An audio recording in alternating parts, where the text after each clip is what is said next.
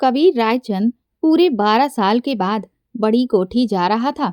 Airport पर उसका स्वागत करने के लिए पहले से ही 4 गाड़ियां तैनात कर दी गई थीं।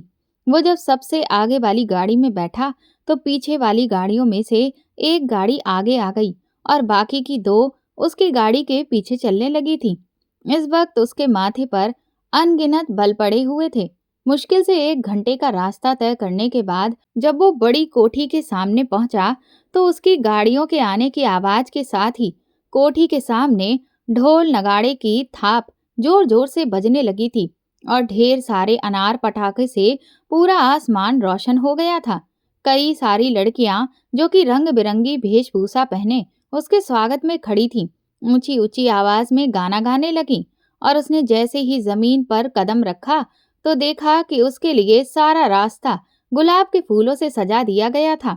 उसने ये सब देखा और फिर अपना सर झटक कर वो आगे बढ़ा। सबने एक एक करके उसे हार पहनाने शुरू कर दिए। वो अंदर आया तो उसकी दादी अपनी बाहें फैलाए खड़ी उसका इंतजार कर रही थी। वो अपनी दादी के सीने से जा लगा। वो उसके माथे को चूमती जा रही थी और उसके सर को बार बार सहला रही थी।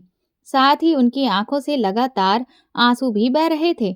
बस करिए अम्मा, अब हमें भी तो मिलने दीजिए अपने बेटे से, कबीर की माँ रागिनी ने कहा। तो वो अपनी दादी को छोड़कर अपनी माँ की तरफ बढ़ा। फिर सभी से बारी बारी मिलने के बाद वो अपने कमरे में आ गया। फ्रेश होकर खाने पीने के बाद जब वो अपने कमरे में सोने के लिए लेटा तभी उसकी गर्लफ्रेंड मलाइका का फोन आ गया। उसने जब कॉल रिसीव करके अपने कानों पर लगाई तो उधर से आवाज आ ही नहीं रही थी। उसने फोन में नेटवर्क चेक किया तो नेटवर्क काफी कम आ रहे थे और इसीलिए वो तुरंत ही उठकर टेरेस पर आ गया। कुछ देर उसने अपनी गर्लफ्रेंड से बात करी और उसके बाद वो फोन बंद करके जैसे ही मुड़ने लगा तभी उसकी नजर बाहर बगीचे के एक झूले पर पड़ी जिस पर अभी एक वजूद उसे नजर आ रहा था जिसने वाइट कलर की ड्रेस पहनी हुई थी। वो कोई लड़की थी जो धीरे धीरे झूला झूल रही थी। उसके सिर पर दुपट्टा टिका हुआ था लेकिन झूला झूलने की वजह से वो बार बार सरक कर नीचे आ रहा था। उसके लंबे बाल जमीन से बस कुछ दूरी पर ही थे। कुछ पल के लिए तो कबीर रायचंद उस लड़की की खूबसूरती में बिल्कुल खो सा गया था। कुछ ही देर में जब उसका ध्यान टूटा तो वो अपना सर झटक कर वापस अपने कमरे में आकर लेट गया। अगले दिन वो सुबह से लेकर शाम तक खेतों में और उसकी फैक्ट्री में काम करने वाले लोगों से मिलने में ही बिजी रहा। रात को जब बड़ी कोठी वापस आया तो खाना खाने के बाद वो दोबारा से अपने कमरे में जाकर आराम करने के लिए लेट गया। लेकिन फिर कुछ ही देर के बाद उसे एकदम से ना जाने क्या सोचा कि वो फिर से उठकर टेरेस पर आ गया और जब आज उसने फिर से गार्डन में देखा तो उस झूले पर आज भी वो एक सफेद रंग का खूबसूरत सा लिबास पहने हुए वही लड़की बैठी हुई थी और झूला झूल रही थी। वो खुद को रोक ना सका। वो जल्दी से अपने कमरे से निकलकर नीचे आया और लॉन की तरफ बढ़ा। लेकिन वो जैसे ही लॉन में दाखिल हुआ तो उसने देखा कि अब वो झूला खाली था। वो लड़की वहां से जा चुकी थी। वो जैसे ही मायूस होकर वहां से वापस पलटा तो सामने से रागिनी आ रही थी। अचानक से अपनी माँ से टकराया। माँ, ये यहाँ पर सफेद कपड़ों में कौन लड़की बैठी हुई थी जिसे मैं हर रोज लॉन में देख रहा हूँ? वो आज भी झूले पर बैठी थी और कल भी मैंने उसे यहीं पर देखा था। हैरत भरे अंदाज में जब कबीर ने पूछा तो रागिनी ने खुश्क निगाहों से देखते हुए उससे कहा, तुम्हें उससे क्या लेना देना है? वो चाहे कोई भी हो। लेना देना तो मुझे वाकई में उससे कुछ भी नहीं है, लेकिन मैं उसे 2 दिन से लगातार इस तरह से देख रहा था, बस इसीलिए पूछ रहा था। अगर आपको नहीं बताना है तो कोई बात नहीं है। वो कंधे उचकाकर बोला, वो वही है जिसे सालों पहले तुम अपना नाम देकर यहाँ पर अकेला छोड़ गए थे। वो अपना सर झटक कर आगे बढ़ ही रहा था कि तभी रागिनी की आवाज उसके कानों से टकराई और वो एक झटके से मुड़कर अपनी माँ की तरफ देखने लगा। वो लड़की अभी तक यहाँ पर इसी घर में मौजूद है।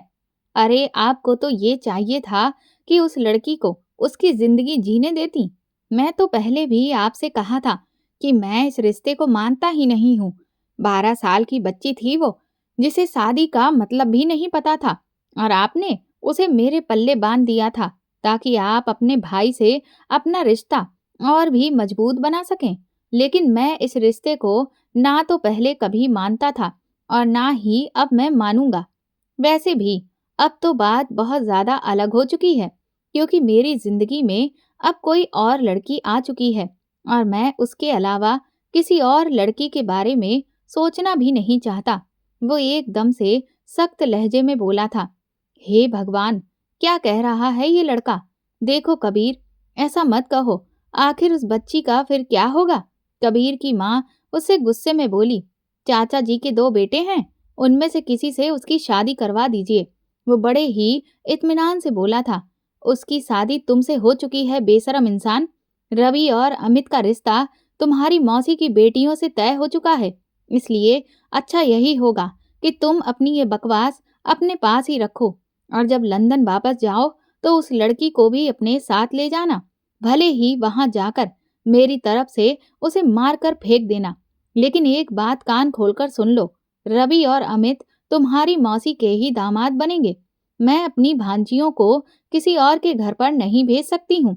वो दोनों अपने ही घर के बच्चे हैं, और इसीलिए मैं अपनी बहन की बेटियों को अपने सामने ही रखना चाहती हूँ।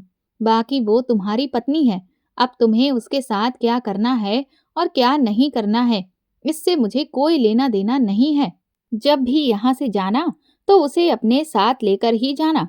मैं अब उसे यहाँ पर और बर्दाश्त नहीं कर सकती, क्योंकि रवि वैसे ही उसमें काफी ज्यादा दिलचस्पी ले रहा है। रागिनी ने कहा। कबीर गुस्से में बोला, तो फिर आखिर दिक्कत क्या है? रवि उसमें अगर दिलचस्पी ले रहा है तो फिर तो आपको चाहिए कि आप इस लड़की की शादी रवि से ही कर दें। आप क्यों पूजा को उसके सर पर थोपना चाहती हैं? इस दुनिया में हर एक इंसान को अपनी पसंद की शादी करने का पूरा हक है। आप लोगों ने अपनी ऐसी ही वाहियात जिदों की वजह से बड़े भैया की शादी अपने रिश्तेदारी में ही कर दी, जबकि वो अपनी क्लासमेट को पसंद करते थे। और अब आप लोग यही हाल रवि का भी करना चाहते हैं। ऐसे में तो वो पूजा से कभी भी मोहब्बत नहीं करेगा। आप लोगों को इतनी जरा सी बात समझ में क्यों नहीं आती है? वो बहुत ही ढीठ से अंदाज में बोला। मेरे सामने ये सारी फालतू की बातें करने की कोई जरूरत नहीं है। ये प्यार, मोहब्बत, पसंद, ये सब सिर्फ फिल्मी बातें होती हैं, ख्याली पुलाव पकाने वाली। इनका हकीकत से कोई वास्ता नहीं होता। जब एक इंसान की शादी किसी से हो जाती है तो वो दोनों एक दूसरे के साथ रहने लगते हैं, और फिर खुद ब खुद ही एक दूसरे को पसंद भी करने लगते हैं और आराम से अपनी जिंदगी गुजार लेते हैं। वैसे भी जिंदगी गुजारने के लिए सिर्फ एक साथ ही की जरूरत होती है, तो वो तो सभी को मिल रहा है। रागिनी ने एकदम स्पष्ट लहजे में कहा। तो कबीर बुरी तरह से झुंझला उठा। उसने गुस्से में अपनी मुट्ठियां बांध लीं और फिर वो पैर पटकता हुआ अपने कमरे में आ पहुंचा और सोफे पर धड़ाम से बैठ गया। और फिर वो आज से 12 साल पहले के उस वाक्य में खो गया। उस वक्त वो 18 साल का था जब उसके मामा मामी की अर्थी आई थी। उनकी 12 साल की बेटी रूही अपने माँ बाप से बिछड़ने के गम में फूट फूट कर रो रही थी। रूही के ननिहाल वाले उसे अपने साथ लेकर ना चले जाएं, इसीलिए उस 12 साल की बच्ची की शादी उस उम्र में ही मुझसे करा दी गई थी। रूही के ननिहाल वाले अपना दिल मसोस कर वहां से चले गए थे। वो उस नन्ही सी गुड़िया से खेलने वाली बच्ची के साय से भी दूर भागता था। और जिस दिन ताऊ जी ने उसे अपने साथ कमरे में सुलाने को कहा तो वो तो गुस्से से बिल्कुल पागल ही हो गया था।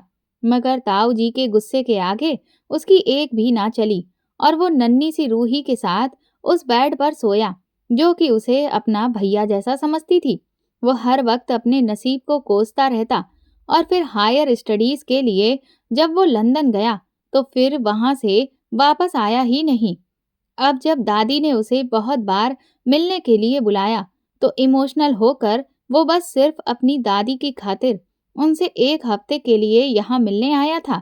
वहां पर उसका एक बहुत आलीशान होटल था, और इसीलिए वो बहुत ज्यादा छुट्टियां नहीं ले सकता था।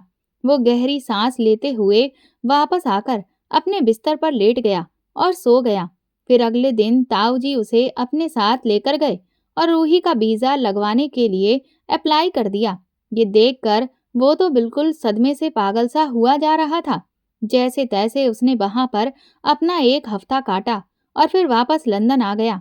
रूही का वीज़ा 1 महीने के बाद का लगा था, तो वो उसके बाद ही यहाँ आने वाली थी। लेकिन अब वो ये बात मलाइका को कैसे बताता? उसे ये समझ में ही नहीं आ रहा था। वो अपने काम में इतना ज़्यादा बिजी हो गया था कि उसे मलाइका को कुछ भी बताने का याद ही नहीं रहा। जिस दिन उसके होटल में एक बहुत बड़ा इवेंट होने वाला था, उसके 2 दिन पहले ही उसके पास ताऊ जी की कॉल आई और उन्होंने उसे बताया कि कल सुबह की फ्लाइट से रूही लंदन आ रही है। तुम उसे एयरपोर्ट से पिक कर लेना। ये सुनकर तो उसका दिमाग जैसे कि बिल्कुल सुन्न सा पड़ गया था। अब भले ही उसकी इच्छा बिल्कुल नहीं थी, लेकिन मजबूरन उसे रूही को पिक तो करना ही था। और इसीलिए अगले दिन सुबह खुद जाने की बजाय उसने एयरपोर्ट अपने मैनेजर को भेज दिया। खुद वो सारा दिन घर से बाहर ही रहा और जैसे ही रात हुई और वो घर लौटकर वापस आया, तो अपने कमरे में अपने बेड पर कंबल ताने हुए एक वजूद को देखकर वो अचानक से दरवाजे के पास ठिठक गया। What the hell! ये लड़की मेरे बिस्तर में क्या कर रही है? वो गुस्से से बड़बड़ाता हुआ उसकी तरफ बढ़ा और उसके कंधे को हिलाते हुए उसे पुकार कर बोला, ए लड़की, उठो यहाँ से और जाकर बाहर लॉन्ज में सो जाओ। कंबल हटाकर जैसे ही वो उठी, तो कबीर बिल्कुल मूर्ति सा बन गया। कितनी खूबसूरत थी वो, सर से लेकर पांव तक बिल्कुल अप्सरा के जैसी। वो उसकी काली बड़ी बड़ी हिरनी जैसी आंखों से निगाहें चुराते हुए बोला, मुझे अपने बिस्तर के अलावा कहीं नींद नहीं आती, तो इसीलिए तुम यहाँ से बाहर चली जाओ और सोफे पर सो जाओ। कबीर ने कहा तो वो चुपचाप उठी। तभी उसके हाथों में मौजूद चूड़ियों के खनकने की आवाज से कमरे में एक शोर सा पैदा हुआ, जिससे ना जाने क्यों कबीर के दिल में एक अजीब सी हलचल हुई।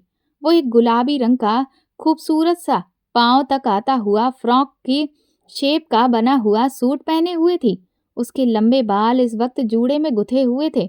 वो अजीब से खोए हुए अंदाज में उसे देख रहा था, जो उसे इस वक्त बहुत हसीन लग रही थी, इतनी कि उससे निगाहें हटाने का मन ही नहीं चाहता था। वो रूही से निगाहें चुराता हुआ अपनी साइड पर आकर लेट गया। कुछ ही देर में वो सो चुका था। हमेशा की तरह रात के आखिरी पहर में उसकी आंख खुली तो उसने घड़ी पर टाइम देखा और अपना ऑफिस वर्क करने के लिए उठकर वॉशरूम की तरफ बढ़ गया। हाथ धोने के बाद वो कॉफी बनाने के इरादे से बाहर आया तो सोफे पर लेटी उस लड़की को देखकर वो चौंक गया। वो सर्दी की वजह से अपने आप को समेट कर सोई हुई थी। उसने अपने दोनों पैरों को अपने पेट में घुसा रखा था। Oh my God!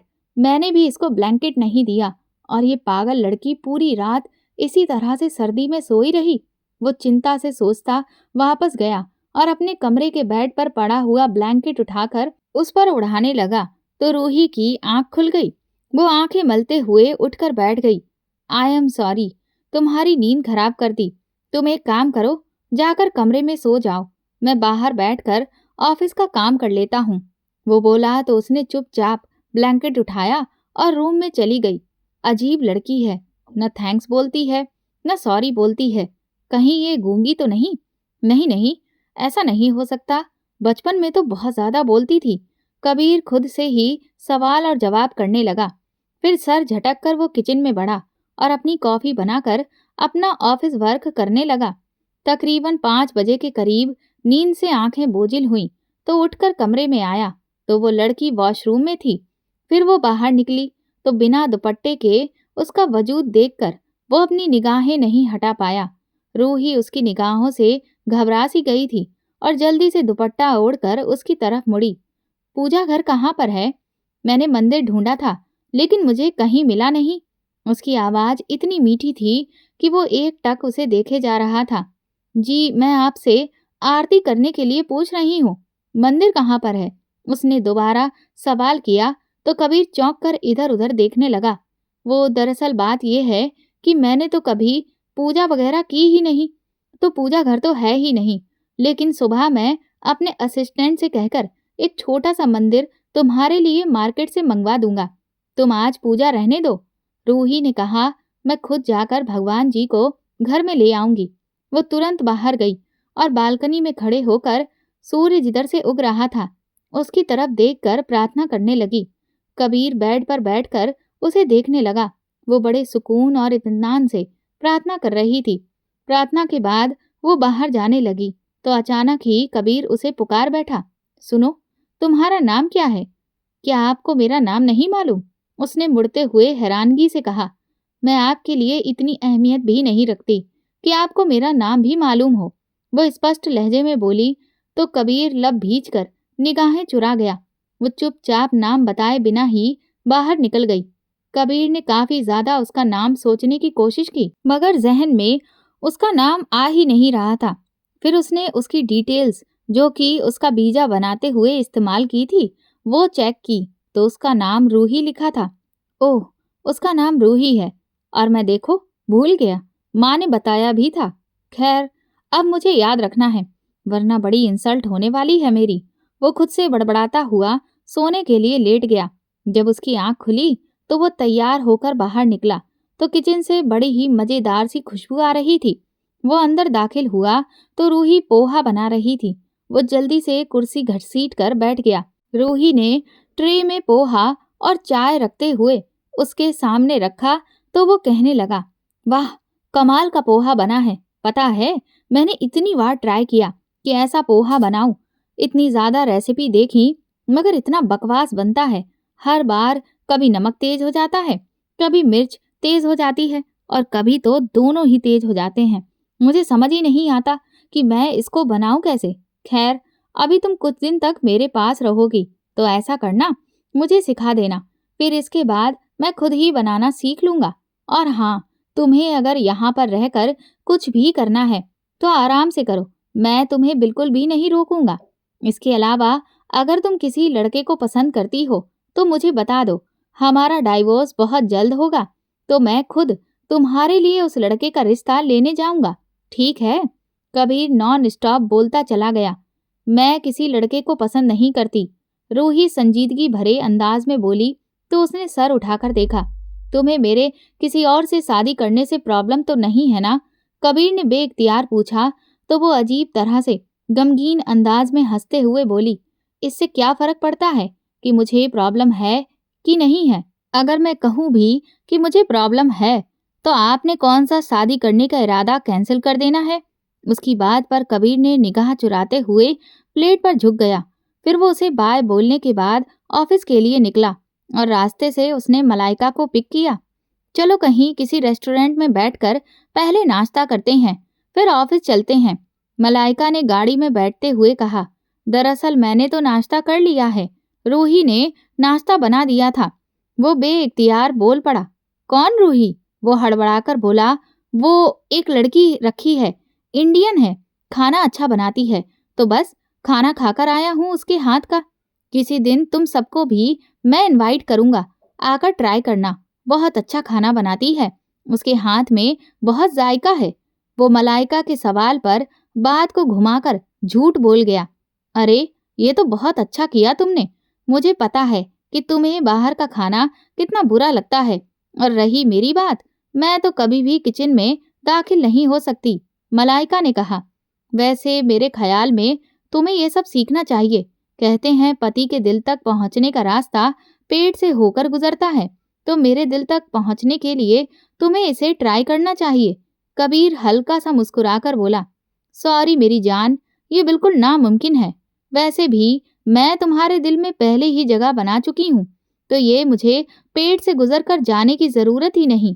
मैं तो डायरेक्ट दिल पर कदम रखती हूँ, मलाइका घमंड भरे अंदाज में बोली। हाँ, ये भी है।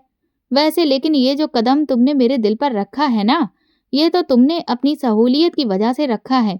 तुमने जिस तरह मेरे बिजनेस के लिए किया है, वो हल्का सा मुस्कुराते हुए बोला। शाम को जब वो ऑफिस से घर आया तो पूरे घर का नक्शा बदला हुआ था। हर तरफ सफाई और सलीका दिख रहा था। वो कमरे में आया तो हर चीज अपने ठिकाने पर मौजूद थी। वो वॉशरूम में गया तो उसका बाथरोब वहां पर मौजूद नहीं था। वो रूही को पुकारते हुए किचन में आया तो वो मुड़कर उसे सवालिया निगाहों से देखने लगी।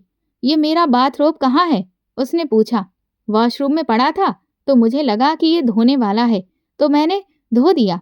वो आहिस्ता से बोली, अरे इसकी क्या ज़रूरत थी? वो मैं हर हफ्ते लॉन्ड्री में दे देता हूँ। वैसे भी वो धोने वाला नहीं था। मैंने सुबह ही इस्तेमाल किया था और फिर मैं शाम को भी वही इस्तेमाल कर लेता हूँ। वो झुझलाकर बोला, आप पूरे हफ्ते में एक ही इस्तेमाल करते हैं? छी! कितने गंदे हैं आप। वो नाक मुंह चढ़ाकर बोली, मैंने कब कहा कि मैं पूरे हफ्ते में एक ही यूज करता हूँ? मैंने ये कहा कि सुबह को जो यूज करता हूँ शाम को आकर भी वही यूज कर लेता हूँ। वो झल्लाकर बोला, हे भगवान, इससे पहले जो आपने कहा मैं हफ्ते बाद लॉन्ड्री में देता हूँ, तो इसका मतलब हुआ ना कि पूरा हफ्ता यूज करते हैं, फिर लॉन्ड्री में जाता है, फिर धुलकर आता है। वो मुंह बनाकर बोली, ओ माय गॉड मैडम, कल तुम्हारे आने से पहले मैंने सब कपड़े लॉन्ड्री में दे दिए थे, जिसमें मेरे 7 बाथरोब भी थे और ये 8वां एक्स्ट्रा होता है जो कि मैं आज के दिन पहनता हूँ। और कल सुबह सुबह मेरे कपड़े लॉन्ड्री से आ जाएंगे और फिर कल मैं उन्हें यूज करना शुरू करूंगा। आई समझ में बात? वो बात साफ करते हुए बोला, जी आ गई है समझ। अब आप ऐसे ही नहा लें क्योंकि वो अभी गीला होगा। वो इत्मीनान भरे अंदाज में बोलती हुई अपना काम करने लगी। ऐसे कैसे नहा सकता हूँ मैं? मुझे नहाने के बाद बाथरोब पहनने की आदत है। वो चिल्लाकर बोला, आज अगर आप यूज नहीं करेंगे तो कुछ भी नहीं होगा। आप नहाने के बाद अपना सूट पहन लीजिए। आपकी राय के लिए बहुत बहुत शुक्रिया, लेकिन मैं जब तक खुद को ड्राई ना कर लूं तब तक मैं कपड़े नहीं पहनता। मुझे हमेशा से ही ऐसे नहाने के बाद बाथरोब पहनने की आदत है। खैर, अब करना तो पड़ेगा। वो ठंडी आह भरता हुआ अपने कमरे में आया और अपना टॉवल लेकर वॉशरूम की तरफ बढ़ गया। फिर वो फ्रेश होने के बाद अपना टॉवल बांधता अपने ध्यान में बाहर निकला कि तभी वार्डरोब से अपने कपड़े लेकर पलटते हुए वो रूही से इतनी जोर से टकराया कि उसे पकड़कर गिरा। उस वक्त वो खुद पीठ के बल गिरा था और रूही उसके ऊपर। वो जल्दी से उसके ऊपर से उठने लगी, मगर दोबारा से फिसल कर वो दोबारा उसके ऊपर आ गिरी और उसके लब कबीर के सीने पर ऐन दिल के ठिकाने पर टकराए तो एक बिजली सा करंट पूरे वजूद में दौड़ गया और कबीर का हाथ खुद ब खुद उसकी कमर के इर्द गिर्द लपट गया। रूही बढ़कर फिर से उठी, मगर उसकी कमर में हाथ होने की वजह से वो दोबारा से गिरी और अब की बार उनके लबों ने अपना निशाना साध लिया। कबीर के सर पर अजीब सी सरगोशी छाने लगी। उसके बाजुओं ने अपने आप उसका सर जकड़ लिया। रूही उसकी गिरफ्त में मचल उठी। फिर गले में उसके आंसुओं का नमकीन जायका गया तो वो आहिस्ता से उसे छोड़ता पीछे हुआ। वो तेजी से जमीन से उठकर तकरीबन भागते हुए खुद को वॉशरूम में बंद कर चुकी थी। वो सर पकड़े सोफे पर बैठ गया। ओ माय गॉड, ये क्या हो गया था? ऐसे कैसे कर दिया मैंने ये सब? वो क्या सोचती होगी मेरे बारे में? वो खुद को कोसने लगा। फिर काफी देर के बाद वो वॉशरूम से निकली और बिना कुछ बोले बाहर निकल गई। वो कपड़े बदल कर बाहर आया तो देखा कि रूही टेबल पर खाना लगा रही थी। वो कुर्सी घसीट कर बैठ गया और हिम्मत करके निगाहें उठाकर उसे देखा तो उसका चेहरा रोने से सुर्ख हुआ था। रियली सॉरी, मैं ये सब नहीं करना चाहता था। पता नहीं कैसे हो गया। प्लीज तुम इस बात का कोई मतलब ना निकालना। इंसान हूँ, बहक सकता हूँ। वो आहिस्ता से बोला। उसकी बात के जवाब में बिना कुछ बोले रूही मुड़ी और अपना खाना ट्रे में डालकर बाहर निकल गई। ओफो, कितना नखरा है इस लड़की में। क्या हो गया है? छू ही तो लिया ना, बीवी है मेरी। अगर छू भी लिया तो हर्जी क्या था? वो दिल ही दिल में कुढ़ते हुए सोचने लगा। फिर खाना खाने के बाद वो उठा और कमरे में चला गया। अगले दिन जब आँख खुली तो वो काफी लेट था। उसने जल्दी से अपने कपड़े चेंज किए और अपना बैग उठाकर ऑफिस के लिए निकल आया। ऑफिस में भी वो सारा दिन अजीब सा बिहेव करता रहा और मलाइका इस बात पर उससे नाराज भी हो गई क्योंकि वो उसकी किसी भी बात को ध्यान से सुन ही नहीं पा रहा था। वो अब उसे मनाने के लिए एक रेस्टोरेंट में ले आया। सो क्या लोगी? उसने मेन्यू कार्ड देखते हुए पूछा। तुम ये सब छोड़ो और ये बताओ कि तुम्हारा ध्यान किधर है? आज तुम बिल्कुल भी अपने काम पर फोकस ही नहीं कर पा रहे थे। तुम्हारी प्रेजेंटेशन भी बहुत उलझी हुई थी। मिस्टर बजाज इम्प्रेस ही नहीं लगे। वजह बताओ मुझे, मलाइका ने मेनू कार्ड छीनते हुए कहा। यार कोई वजह नहीं है, बस सरदर्द है, बताया तो था तुम्हें। वो निगाहें मिलाए बगैर बोला। ओके, ये सब छोड़ो, अब ये बताओ कि नेक्स्ट वीक जो पार्टी है उसमें हमारे रेस्टोरेंट की स्पेशल डिश हिंदुस्तानी मांग रहे हैं। सो क्या छोले भटूरे बना पाएगी तुम्हारी वो नौकरानी? मलाइका की इस बात पर कबीर चौंक गया। इतने छोले भटूरे कैसे बनाएगी वो? मलाइका, वो छोटा मोटा काम कर सकती है यार। वो जल्दी से बोला। हमने वो छोले भटूरे सिर्फ मिस्टर बजाज और उनके स्टाफ को सर्व करने हैं। इतना तो वो बना ही सकती है ना। तुम जानते हो ना कि वो पहले ही तुम्हारी प्रेजेंटेशन से सेटिस्फाइड नहीं है। अगर उन्हें उनकी पसंद का मेन्यू ना मिला तो ये ना हो कि वो ये इवेंट हमें दे ही ना। सो प्लीज उसे कहो कि वो ये करे। मलाइका ने कहा। चलो ठीक है, मैं बात करके फिर बता देता हूँ तुम्हें। वो अपनी कनपटियां दबाते हुए बोला। मुझे लग रहा है तुम्हारे वाकई सर में बहुत ज्यादा दर्द है, तो ऐसा करो कि जाकर आराम करो कुछ देर। मलाइका ने कहा तो वो उठकर खड़ा हो गया। कबीर घर पहुंचा तो रूही हमेशा की तरह खुद को किसी काम में उलझाए हुए थी। वो किचन को चमकाने में बिजी थी। फिरोजी कलर की शॉर्ट शर्ट और सलवार के साथ दुपट्टा कमर के गिर्द बंधा था। उस वक्त वो स्टूल पर चढ़ी कैबिनेट चमकाने में मशरूफ थी। वो हल्का सा उसके पास जाकर खांसा। तभी वो डर कर पीछे होने लगी तो उसका पांव फिसला और इससे पहले कि वो गिरती उसे कबीर ने अपनी बाहों में थाम लिया। रूही कबीर के गले में बाहें डाले उसके बहुत करीब थी।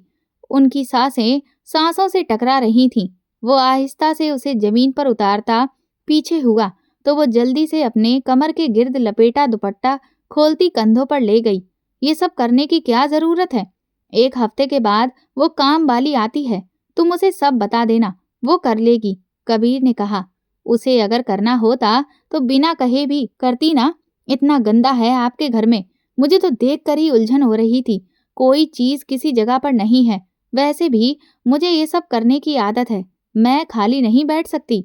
वो तेज लहजे में बोली। काम वालियां तो फिर ऐसे ही काम करती हैं ना। अब मैंने कभी उसे नहीं कहा कि ये कर दो वो कर दो, और ना ही मैं किसी के काम में दखल अंदाजी देता हूँ। वो सर झटक कर बोला तो वो बिना कुछ कहे अपना बाकी काम निपटाने लगी। कुछ देर तक कबीर उसे देखता रहा कि वो उससे कोई बात करेगी। फिर वो मायूस सा होकर अपने कमरे की तरफ बढ़क गया। कपड़े चेंज करने के बाद वो जब आकर बैठा तो उसी वक्त रूही उसके लिए गर्मा गर्म चाय बनाकर ले आई।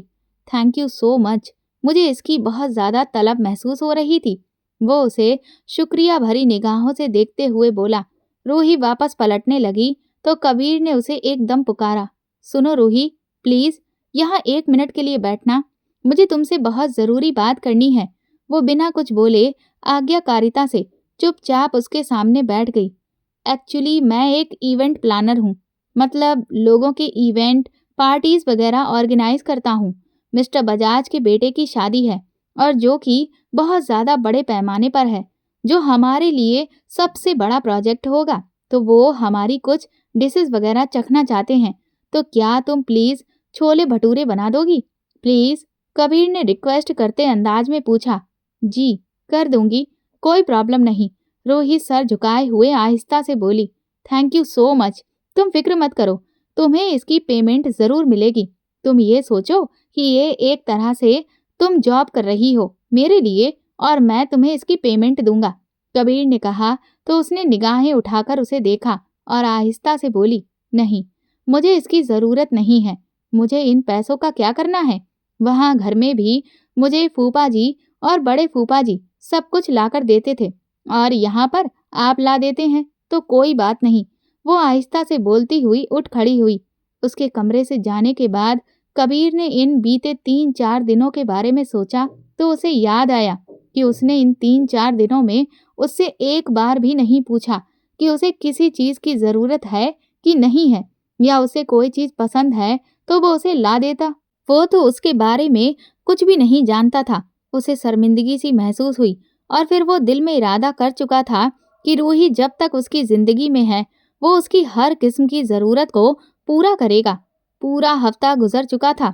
वो उसे शॉपिंग के लिए कहता रहा मगर वो हर बार ना कह देती थी।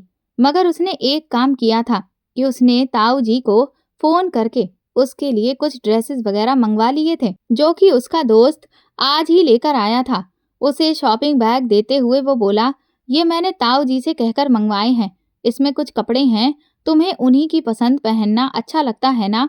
इसमें से कोई भी सूट रख लेना तुम, और वहाँ किचन से फ्री होगी तो फ्रेश होकर भी कोई ड्रेस वगैरह पहन लेना। कबीर जल्दी से बोला। तभी रूही ने कहा कि हम कहीं जा रहे हैं क्या? ये पूछकर वो थोड़ा सा झिझक गई। हाँ, वो तुम्हें बताया था ना कि इवेंट के लिए छोले भटूरे बनाने हैं, तो हम लोग बस वहीं पर जा रहे हैं। तुम भूल गई थी क्या? कबीर ने कहा। नहीं, मैं आपका काम कैसे भूल सकती हूँ? मुझे तो लगा था कि शायद मुझे घर में ही बनाना है। कबीर की बात के जवाब में रूही जल्दी से बोली, नहीं स्वीटहार्ट, उसके लिए तो मुझे तुम्हें होटल लेकर जाना होगा। वहां पर तुम स्टाफ के साथ मिलकर सारा काम करोगी। यहाँ पर अकेले करोगी तो परेशान हो जाओगी। खैर, चलो, बाकी की बातें अब मैं तुम्हें रास्ते में बताऊंगा। मैं तुम्हारा बाहर वेट कर रहा हूँ। जल्दी से अपनी चीजें उठाओ और नीचे आ जाओ। 10 मिनट हैं तुम्हारे पास। इतना कहकर कबीर उसकी बात सुने बगैर ही नीचे की तरफ चला गया। रूही जल्दी से अपना एक ड्रेस पकड़े हुए उसके पीछे भागी। मैं इस वक्त कितनी गंदी लग रही हूँ और आप मुझे ऐसे ही लेकर जा रहे हैं। इतनी भी जल्दी क्या थी? कम से कम मुझे कपड़े तो चेंज करने देते। गाड़ी में बैठकर जलते हुए अंदाज में उसने कहा, अच्छा सुनो, मैं तुम्हें एक बात बता दूं, वहां तुम किसी को ये मत कहना कि तुम मेरी पत्नी हो, प्लीज। कबीर की इस बात पर रूही के चेहरे की रंगत बिल्कुल बदल गई, मगर वो कुछ भी नहीं बोली। होटल पहुंचने के बाद कबीर ने उसे स्टाफ के साथ किचन में भेज दिया। रूही ने सबके साथ मिलकर जल्दी से सब कुछ मैनेज कर लिया था। वो ना सिर्फ छोले भटूरे बना चुकी थी, बल्कि मीठे में उसने आइसक्रीम केक भी बनाया था। उसने कुछ कुकिंग कोर्स कर रखे थे, इसीलिए वो स्टाफ के साथ मिलकर कॉन्टिनेंटल फूड बनाने में भी मदद कर रही थी। कुछ देर के बाद कबीर अंदर दाखिल हुआ और सारी डिशेस चखने के बाद वो उनकी तारीफ करता रहा, और फिर वो रूही की तरफ मुड़कर गया। वहाँ मैनेजर भी था। उसने कहा कि ये मेरी मेहमान है, तो इसे तुम स्पेशल रूम में पहुंचा दो। वहां पर ये अपने कपड़े चेंज कर लेंगी।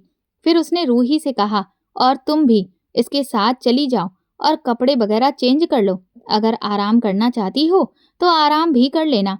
वो बड़े ही नरम लहजे में बोलता हुआ पलटने लगा था कि तभी तेजी से वहां पर मलाइका अंदर दाखिल हुई। तो ये है वो लड़की, ये तो काफी खूबसूरत है। मलाइका ने चुभती हुई निगाहों से रूही को देखते हुए कहा।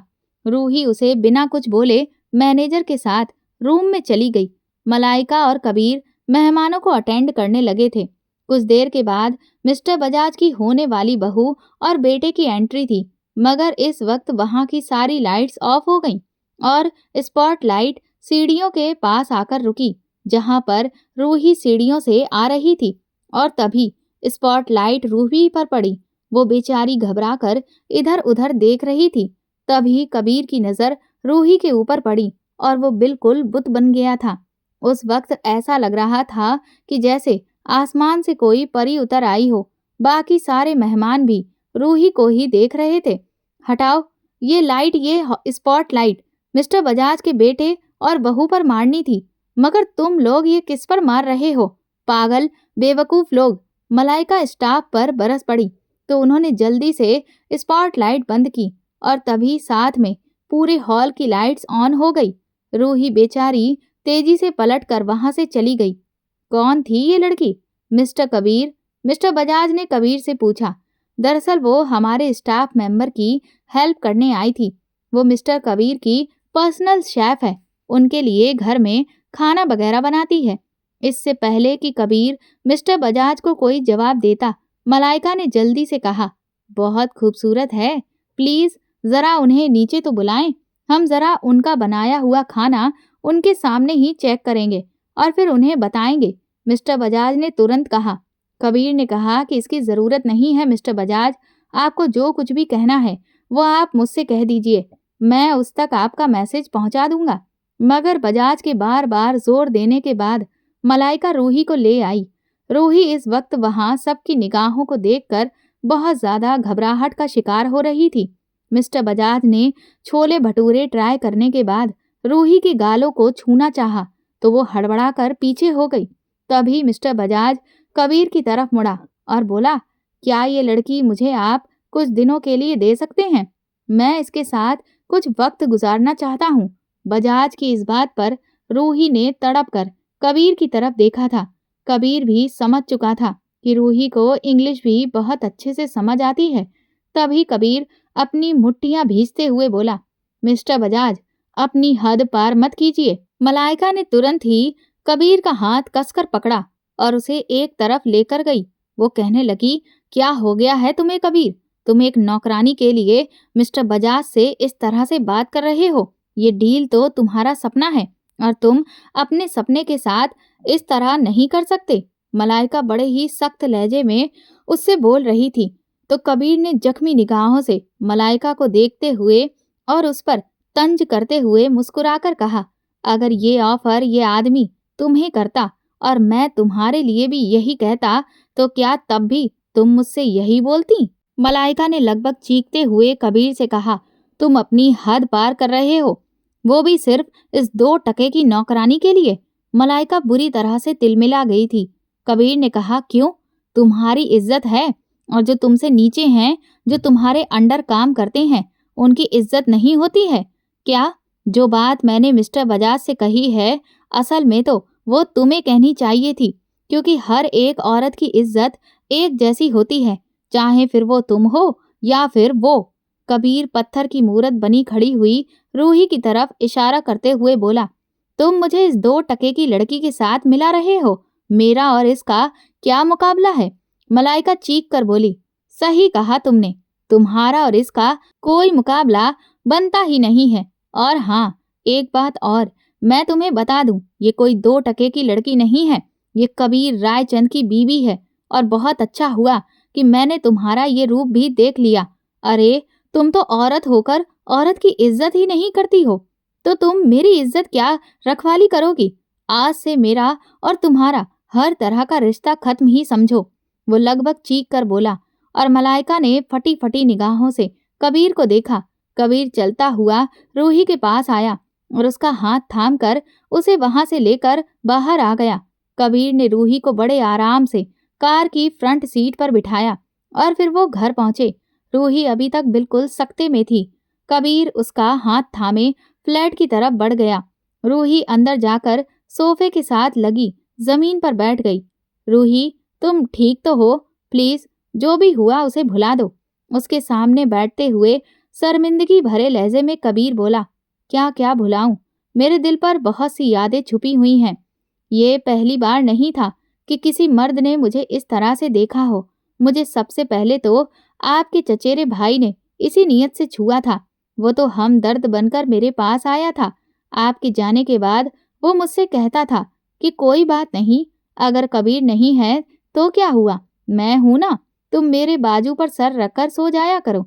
और वो सिर्फ मुझे गंदी निगाहों से देखता ही नहीं था, बल्कि छूता भी था, जिसका मुझे मतलब भी नहीं पता था, लेकिन मुझे फिर भी अच्छा नहीं लगता था। मैं जब 13 साल की थी तो वो बहाने बहाने से, प्लीज अब आगे मत बोलो, कबीर बात काटते हुए अपने कानों पर हाथ रखकर चिल्लाया और उसकी आंखों से आंसू बह निकले थे। अरे, आप तो इतने में ही परेशान हो रहे हैं। नहीं, सुनिए, आगे मेरे दिल पर लगे घाव को आपको सुनना पड़ेगा। वो बहाने से छूते थे। मैंने मासूमियत में ये बात बुआ जी को बताई तो उन्होंने मुझे बचाने के लिए हॉस्टल भेज दिया, मगर दरिंदे तो वहां पर भी थे, वार्डन, बावर्ची वाला और वैन वाले के रूप में। मगर ना जाने कौन सी दुआएं थीं कि ये काम बस छूने तक ही रहा और मैं जैसे तैसे बच बचा कर यहाँ पहुँच गई। और यहाँ भी दरिंदे छुपे हैं। अगर आपको अपने बिजनेस को बढ़ाना है तो कोई बात नहीं, मैं आपके लिए ये भी कर लूंगी, मगर मुझे छोड़िएगा मत। मुझे बहुत डर लगता है आपसे दूर होने में। रूही रोते हुए बोले जा रही थी और कबीर भी अपने आंसू बहाते हुए उसे सुन रहा था। आई एम सॉरी, मुझे माफ कर दो प्लीज। मेरा वादा है कि आइंदा से कोई भी तुम्हें गंदी निगाह से कभी नहीं देखेगा। तुम्हारा कबीर हमेशा तुम्हारे पास रहेगा। कबीर ने उसकी आंखों पर अपने स्नेह को बरसाते हुए नरम लहजे में बोला और जो मिस्टर बजाज की वजह से आपकी डील खराब होगी, अब उसका क्या करेंगे? छोड़ दूंगा मैं सब कुछ और चला जाऊंगा। तुम्हें यहाँ से लेकर उस जगह जहाँ पर तुम्हारी कोई भी बुरी याद तुम्हारा पीछा नहीं करेगी। ये मेरा वादा है और आइंदा से कभी भी मैं तुम्हें खुद से अलग नहीं करूंगा। कोई दरिंदा तुम्हारी तरफ गंदी निगाह से भी नहीं देखेगा। ये कहते हुए उसने उसका सर अपने सीने से लगा लिया। लेकिन आपका ये बिजनेस, आप इसे छोड़कर कैसे जा सकते हैं? वो परेशान होते हुए लहजे में बोली। कबीर ने कहा, दरअसल मुझे एक इवेंट कंपनी ने ऑफर हुआ था इटली में। वो एक बहुत बड़ी कंपनी है, मगर तब तक मैंने अपना ये बिजनेस स्टार्ट कर लिया था। उस वक्त तो मैंने उन्हें मना कर दिया था, लेकिन उन्होंने मुझसे कहा था, अगर कभी भी आपको कहीं और जाना हो तो आप एक बार हमसे बात जरूर करिएगा। तो अब मैं उनसे बात करने की कोशिश करूंगा। अगर वहां पर नौकरी मिल गई तो ठीक है, वरना फिर कुछ ना कुछ तो मैं अपनी लाइफ के साथ कर ही लूंगा। तुम साथ हो तो सब कुछ हो जाएगा। अब की बार कबीर ने उसके गालों पर हाथ रखते हुए बोला तो उसका चेहरा शर्म से लाल होने लगा। रूही अब काफी ज्यादा रिलैक्स हो चुकी थी। अगले दिन मलाइका ने आकर कबीर को बहुत समझाया कि वो अपनी इवेंट कंपनी को संभाले, मगर कबीर की तो अब सुई एक जगह पर अटक चुकी थी कि अब वो यहाँ पर बिल्कुल भी नहीं रहेगा। और कबीर जब एक बार फैसला कर लेता था तो फिर वो कभी भी अपने फैसले से पीछे नहीं हटता था। 1 महीने के अंदर अंदर कबीर ने अपने सारे इंतजाम इटली में कर लिए थे और फिर वो रूही को लेकर इटली पहुंच गया। वहां एयरपोर्ट पर उन दोनों के स्वागत के लिए बहुत सारे लोग इंतजार कर रहे थे। उस वक्त रूही ब्लू कलर के घेरनुमा सूट में बहुत ही खूबसूरत दिख रही थी। आज जब उसका हमसफर उसके साथ था तो लोगों की निगाहों के देखने का अंदाज भी बिल्कुल बदल गया था। सच कहते हैं, औरत को हमेशा मर्द ही बनाता है। उसका पति उसका साथ दे तो दुनिया की कोई भी गलत निगाह उसे छू भी नहीं सकती। इसीलिए तो पिता के बाद औरत का निगहबान उसका पति होता है। जब तक रूही का पति उसके लिए लापरवाह था तो दुनिया उसको नोच खाने की नजर से देखती थी, मगर आज वही दुनिया उसके पति के साथ होने पर उन्हें रश्क भरी निगाहों से देख रही थी। दोस्तों, अगर आपको हमारी कहानी पसंद आई है तो कमेंट करके ज़रूर बताएं और वीडियो को लाइक करके ज़्यादा से ज़्यादा शेयर करें। चैनल पर नए हैं तो सब्सक्राइब करें और हाँ, नोटिफिकेशन बेल को ज़रूर दबाएं ताकि अगली अपडेट सबसे पहले आपको मिले। धन्यवाद।